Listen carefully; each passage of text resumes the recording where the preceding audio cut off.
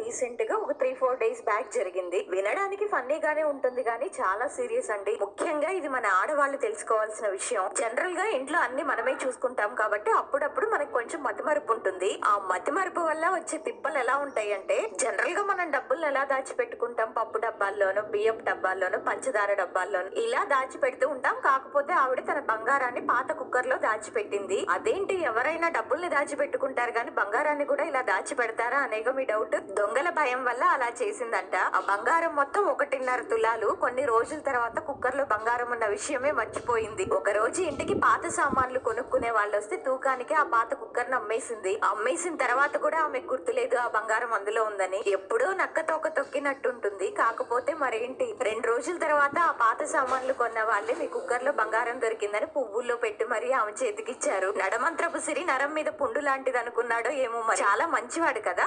ఇది